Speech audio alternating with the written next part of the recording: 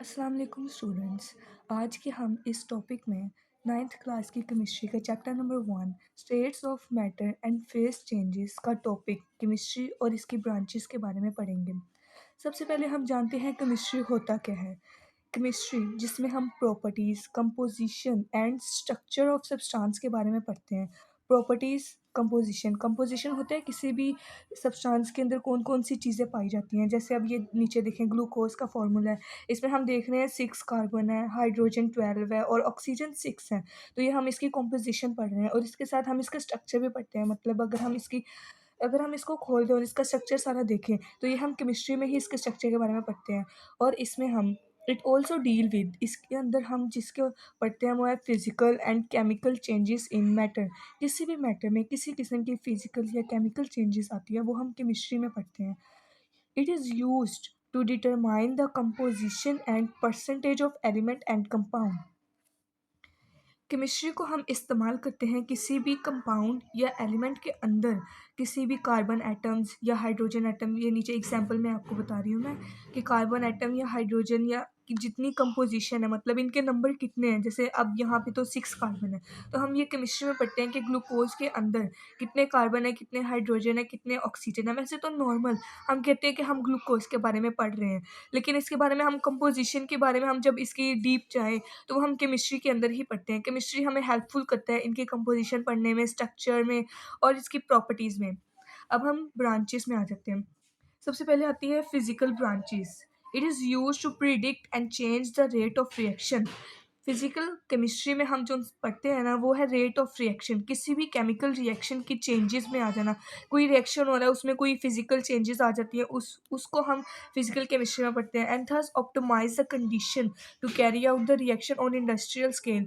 और हम उन कंडीशंस के बारे में भी पढ़ते हैं जो कि इस रिएक्शन को कैरी आउट करने के लिए हमें हेल्पफुल है। तो ये सब चीज़ें हम पढ़ने के लिए फिजिकल केमिस्ट्री यूज़ करते हैं।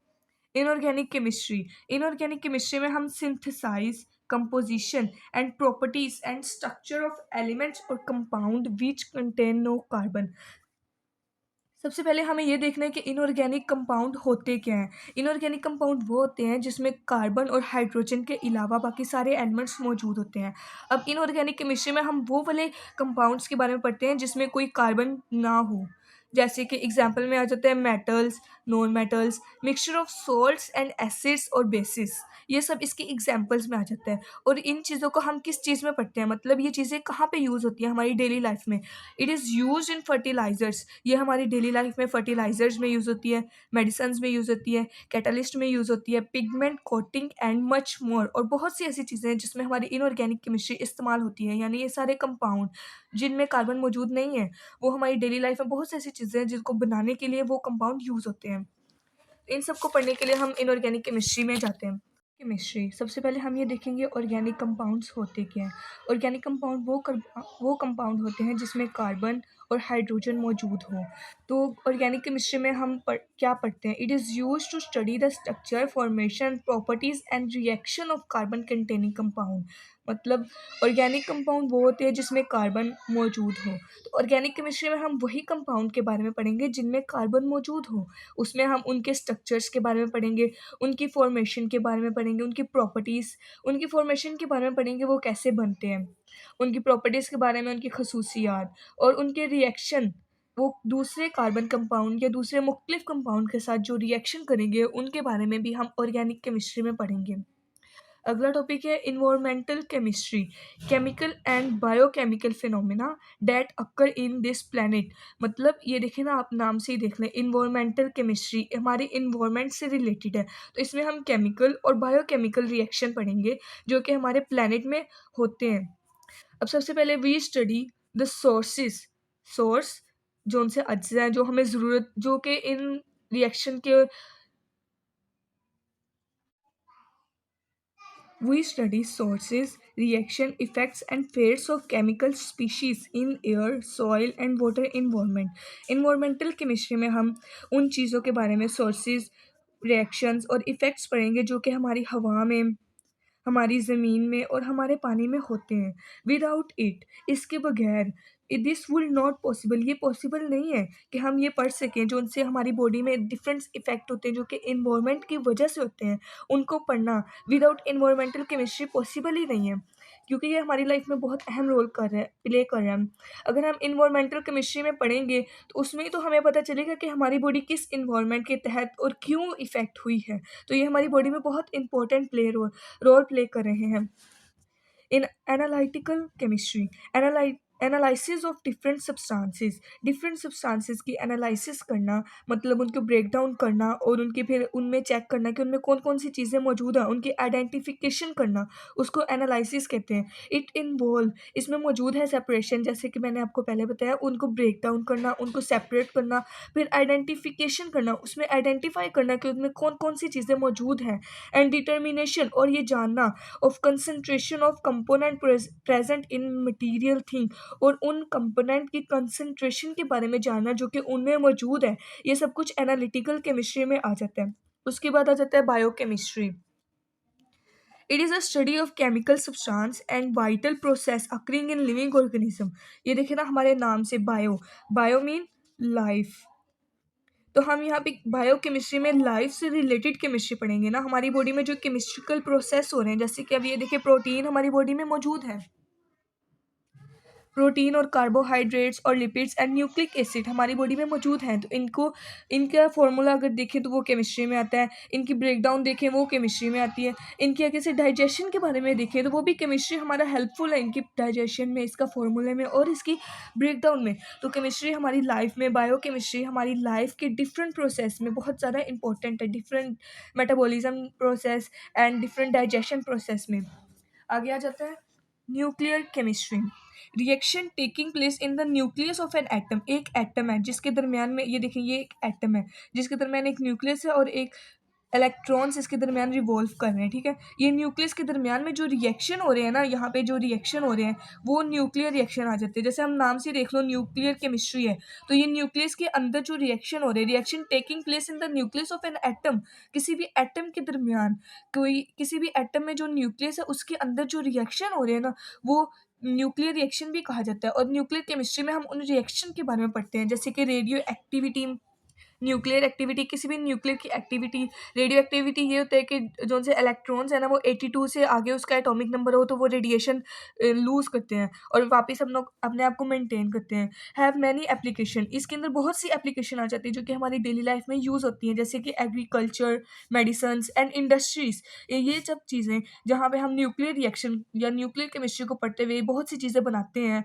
वो यहाँ पे यूज़फुल है न्यूक्लियर केमिस्ट्री हमारे लिए, क्योंकि हम इसकी अगर हम इसको स्टडी ना करें, हमें ना पता हो कि न्यूक्लियर केमिस्ट्री क्या है, या हमें ये ना पता हो एटम के अंदर न्यूक्लियर रिएक्शन कैसे कैसे होते हैं, तो ये पॉसिबल नहीं है कि हम मुख्तलिफ मेडिसिन बना सकें या इंडस्ट्री में मुख्तलिफ चीज़ें बना सकें। उसके बाद आता है पॉलीमर केमिस्ट्री। लार्ज, पोली मीन मैनी, ठीक है, और मर्ज का मीन टूगेदर, मतलब बहुत सारे कोई भी कंपाउंड्स को एक साथ मिलना और उसका एक लार्ज मॉलिक्यूल बना लेना। जैसे ये देखिए लार्ज मॉलिक्यूलर चेन, एक लॉन्ग मॉलिक्यूलर चेन, जैसे बिल्डिंग ब्लॉक कह लो, जैसे कोई भी बड़ी सारे बहुत से मॉलिक्यूल्स मिल के एक जब लार्ज मॉलिक्यूल बनाते हैं तो वो पॉलीमर्स बन जाते हैं। तो पॉलीमर्स केमिस्ट्री में हम उन पॉलीमर्स के बारे में पढ़ते हैं। अब एग्जाम्पल में आ जाता है proteins, cellulose and nucleic acid.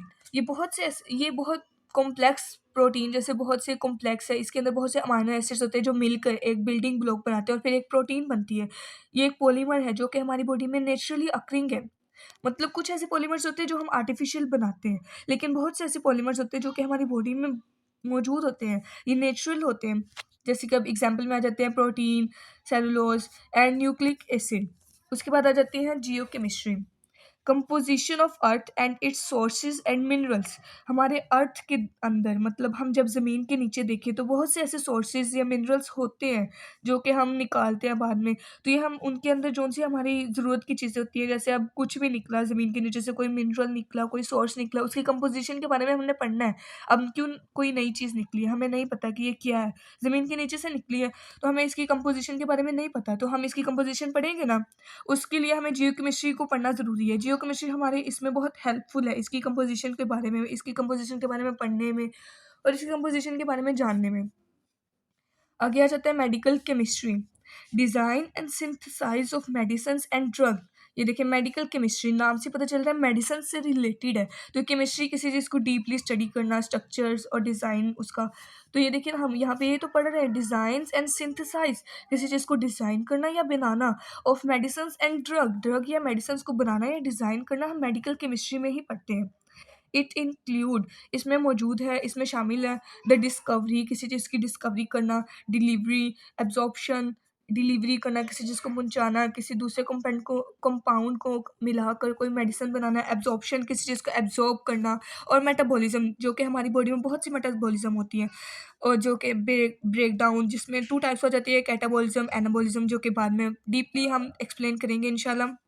Metabolism में हम किसी भी चीज़ के ब्रेकडाउन को पढ़ते हैं। तो यहाँ पे हम मेटाबॉलिज्म ऑफ ड्रग, ड्रग की ब्रेकडाउन को भी हम पढ़ते हैं। मेडिकल केमिस्ट्री में किसी भी ड्रग के बारे में हमने जानना है, उसको ब्रेकडाउन करेंगे, उसके अंदर देखेंगे वो क्या था। और मेटाबॉलिज्म ऑफ ड्रग हमारी बॉडी में भी हेल्पफुल है। अगर कोई हम मेडिसिन ले रहे हैं जो कि हमें मेटाबॉलिज्म में हेल्पफुल है, तो हमारी बॉडी के लिए भी हेल्पफुल है।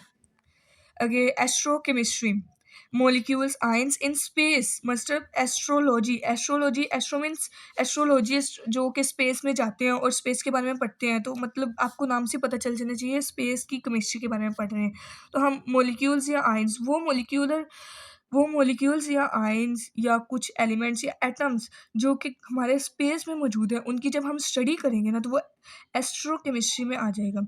वी स्टडी अबंडेंस, किसी भी चीज़ की मौजूदगी को हम पढ़ते हैं, and reaction of atoms, moleculars and ions in the universe. हम किसी भी चीज़ की मौजूदगी को, उसके रिएक्शंस को और उसके मॉलिक्यूलर आयंस को या मॉलिक्यूल्स को या आयंस को हम यूनिवर्स में जो कि रिएक्शन हो रहे हैं उनको पढ़ने के लिए हम एस्ट्रोकेमिस्ट्री को यूज़ करते हैं। तो ये हमारी एस्ट्रोकेमिस्ट्री हमारी स्पेस में जो मौजूद मॉलिक्यूल्स या आयंस हैं उनको पढ़ने में बहुत हेल्पफुल है। तो स्टूडेंट्स, आज का टॉपिक यहाँ पे ख़त्म होता है। उम्मीद करती हूँ कि आपको टॉपिक में ज़्यादा अच्छे तरीके से समझ आई होगी। स्टूडेंट्स, अगर आपको मेरी ये वीडियो पसंद आई हो और अगर आपको ये समझ आया हो, तो मेरी वीडियो को लाइक कीजिएगा, सब्सक्राइब कीजिएगा और अपने फ्रेंड्स के साथ शेयर भी कीजिएगा। और अगर कोई क्वेश्चन हुआ तो वो कमेंट कीजिएगा, इंशाल्लाह ताला आपको जवाब दिया जाएगा। और मेरे साथ जुड़े रहिए, इंशाल्लाह ताला आपको अगली वीडियोज़ भी इसी चैनल पर मिलती रहेंगी इंशाल्लाह। उतनी देर के लिए अल्लाह हाफ़िज़।